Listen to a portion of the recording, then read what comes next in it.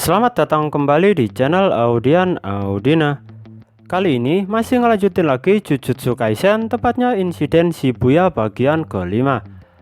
Dan seperti biasa, sebelum masuk ke pembahasan utama, saya akan rekap dulu mengenai apa yang terjadi di video sebelumnya. Seperti yang kita tahu, di video yang sebelumnya bahwa informasi tersegelnya Gojo Satoru sudah sampai pada Nanami. Takuma Ino yang ditugaskan oleh Nanami untuk menghancurkan tirai di Shibuya sudah mulai bergerak bersama Itadori dan Megumi.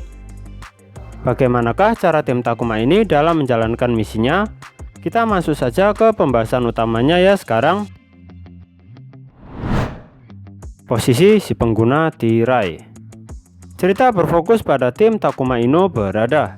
Itadori terlihat berusaha sekuat tenaga untuk menghancurkan tirai yang ada dengan menggunakan pukulannya. Takuma di sini cukup terkejut melihat kekuatan Itadori ini.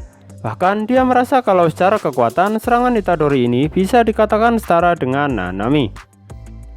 Megumi yang melihat Itadori melakukan tindakan sia-sia itu menyuruhnya untuk berhenti. Kita cari dulu titik kelemahan tirai ini, baru kita bisa menghancurkannya, kata si Megumi. Takuma Ino juga menyarankan untuk mencari celah supaya bisa masuk dalam tirai saja, karena dia yakin si pengguna tirai pasti berada di dalamnya. Menurutnya lebih baik menghabisi si pengguna tirai yang ada di dalam daripada menghabiskan tenaga kita untuk menghancurkan paksa tirai dari luar. Namun Itadori di sini memberikan sedikit persepsinya. Dia menceritakan mengenai tirai yang sempat ia hancurkan beberapa waktu yang lalu. Tepatnya tirai yang dijaga oleh si kutukan belalang. Itadori bilang kalau pengguna tirai sebelumnya menjaganya dari luar, tidak berada di dalamnya. Takuma kemudian bilang kalau secara logika, pengguna tirai malah lebih rentan diserang kalau berada di luar. Tapi ada kemungkinan sebagai ganti resiko tersebut. Kekuatan tirai yang dibuat bisa menjadi lebih besar. Megumi kemudian berkata kalau yang Itadori alami sebelumnya ini memang benar, kemungkinan para pengguna tirai pasti memposisikan dirinya di tempat yang begitu jelas atau tinggi. Dugaan tiga orang ini, posisi si pengguna tirai berada di suatu puncak gedung yang tinggi. Pengguna kutukan yang jahat. Takuma Ino dan Itadori sekarang terbang menuju salah satu gedung tertinggi di Shibuya dengan menunggangi salah satu shikigami burung milik Megumi, yaitu Nue. Saat sampai di puncak gedung, ternyata dugaan Takuma Ino dan kawan-kawan ini benar. Ada 3 pengguna kutukan yang berada di sana. Bentrokan pun langsung terjadi. Itadori menggunakan benang yang diberikan oleh Magi Zenin untuk menjerat 3 pengguna kutukan tersebut. Tapi mereka bisa dengan mudah membebaskan diri dari benang itu. Di tengah perhatian musuh yang terkejut atas penyergapan ini, Takuma mencari paku pembuat tirai yang dilindungi oleh pihak musuh. Dia berhasil menemukan satu paku yang masih tertancap di lantai puncak gedung. Dia pun segera menghancurkannya, tapi ternyata masih ada 2 paku lagi. Ada jejak lubangnya di lantai. Ternyata 2 paku lainnya dibawa oleh si pengguna kutukan yang bernama Jiro Awasaka. Tapi Jiro Awasaka sekarang sedang dililit benang oleh Itadori dan hendak diempaskannya ke tanah dari puncak gedung yang begitu tinggi. Untuk Takuma, dia sekarang mulai berhadapan dengan 2 pengguna kutukan lainnya, yaitu Nenek Ogami dan Niji Ebina. Si nenek ini sedang fokus merapal mantra, sedangkan cucunya terlihat melindunginya. Takuma Ino sudah siap-siap beraksi sekarang. Penutup kepala yang ia pakai ditariknya ke bawah sampai menutupi seluruh wajahnya. Dia sekarang jadi terlihat seperti orang-orangan sawah. Akhirnya kita bakal bisa melihat teknik kutukan Takuma ini. Tapi cerita kemudian berpindah ke Itadori yang sudah berhasil menghempaskan Jiro Awasaka ke tanah. Di posisi Jiro terjatuh ini, Megumi sudah standby di sana. Nah, dengan hal ini bisa kita pastikan sekarang kalau yang menghadapi Jiro adalah Itadori dan Megumi. Itadori yang sekarang sudah sampai ke tempat Megumi mendapatkan ucapan selamat darinya karena telah berhasil mengempaskan kakek itu ke tanah. Tapi anehnya tubuh si kakek masih utuh dan tidak ada darah sedikit pun. Meskipun dia seorang pengguna kutukan sekalipun, menurut Megumi harusnya dia tetap bisa terluka parah setelah dijatuhkan dari gedung setinggi 41 lantai. Megumi kemudian meneriaki si kakek tersebut untuk segera bangun dan berhenti pura-pura mati. Jiro pun bangun dan dia bersiap menghadapi dua bocah ini. Kendala Itadori dan Megumi sekarang adalah waktu, karena misi mereka adalah menghancurkan tirai sesegera mungkin, bukan fokus menghadapi para pengguna kutukan. Ambisi Takuma Ino. Cerita berpindah ke tempat restoran yakiniku di mana Nanami dan Takuma Ino sedang ngobrol sambil makan yakiniku bersama. Takuma ternyata meminta Nanami untuk merekomendasikan dirinya agar bisa menjadi penyihir tingkat semi 1. Nanami di sini mempertanyakan permintaan Takuma tersebut. Nanami berasumsi kalau dengan teknik kutukan yang Takuma gunakan, harusnya dia bisa dengan cepat mencapai tingkat semi 1 dengan mudah. Takuma kemudian memberikan persepsinya sendiri. Menurutnya, melakukan sesuatu dengan cara yang benar itu sangatlah penting.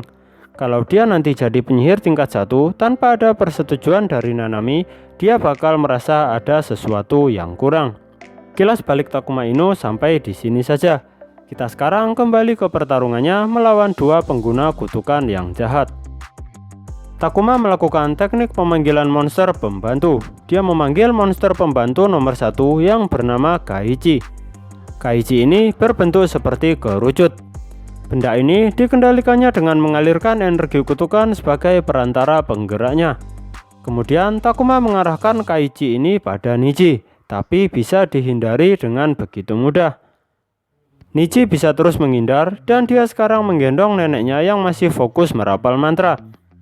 Ternyata Kaichi milik Takuma ini bisa mengikuti pergerakan lawannya terus-menerus. Akhirnya Niji pun mulai terdesak.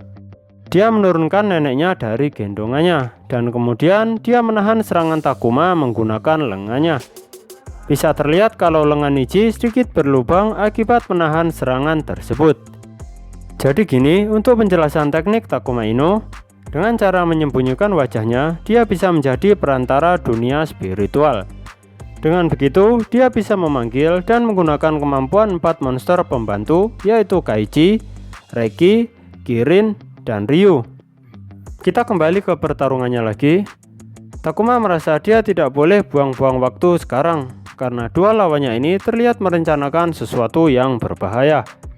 Dia pun sekarang tancap gas dan memanggil monster pembantu nomor 2 yang bernama Reiki.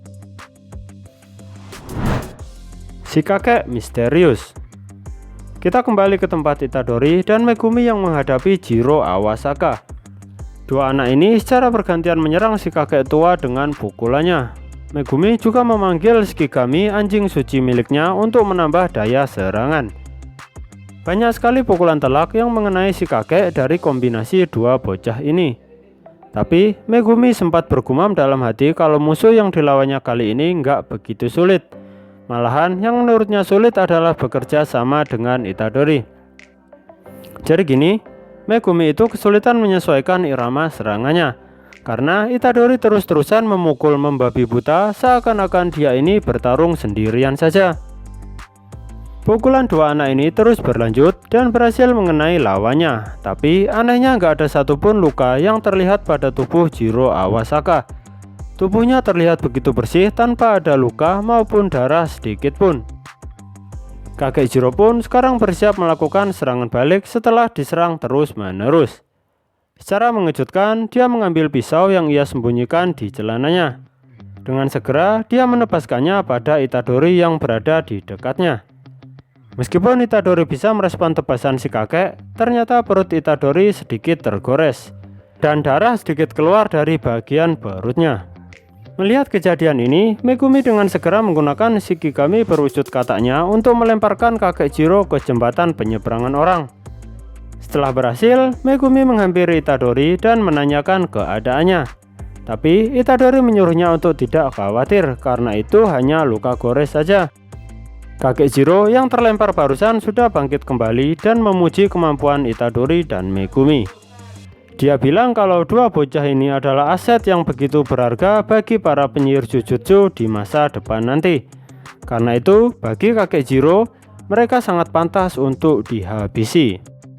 Melihat kalau kakek Jiro bisa melakukan serangan kejutan seperti tadi, Megumi dan Itadori sekarang menjaga jarak dengan si kakek. Dua anak ini juga bingung karena serangan yang mereka lancarkan gak ada satupun yang berhasil melukainya. Tergores saja tidak.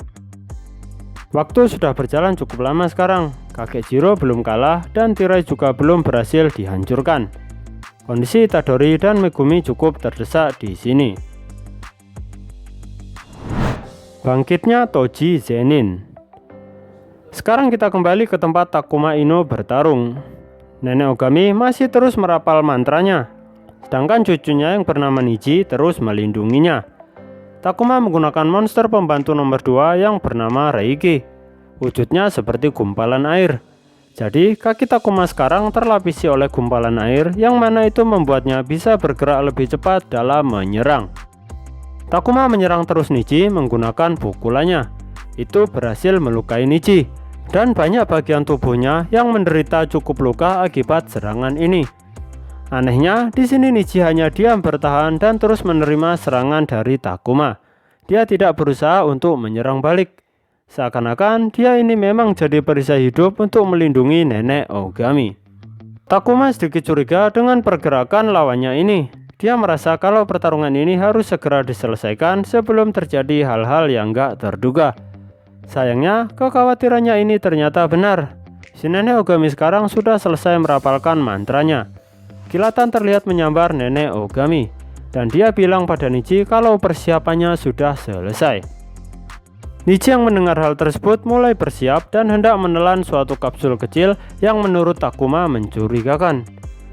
Dia kemudian menyerangnya dengan menggunakan Kaiji untuk mencegah Niji menelan pil tersebut.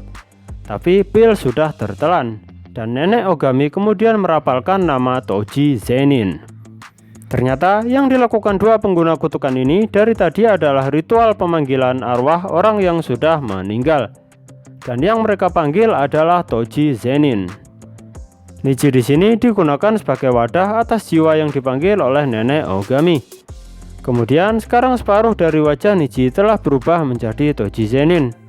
Ini bisa jadi petaka buat Takuma Ino kalau harus berhadapan dengan si Toji Zenin. Sampai sini dulu ya, pertarungannya dilanjut lagi ke part 6 nanti. Terima kasih sudah menonton video ini. Cek juga video kami yang lain ya. Sampai jumpa lagi di lain kesempatan. Bye bye.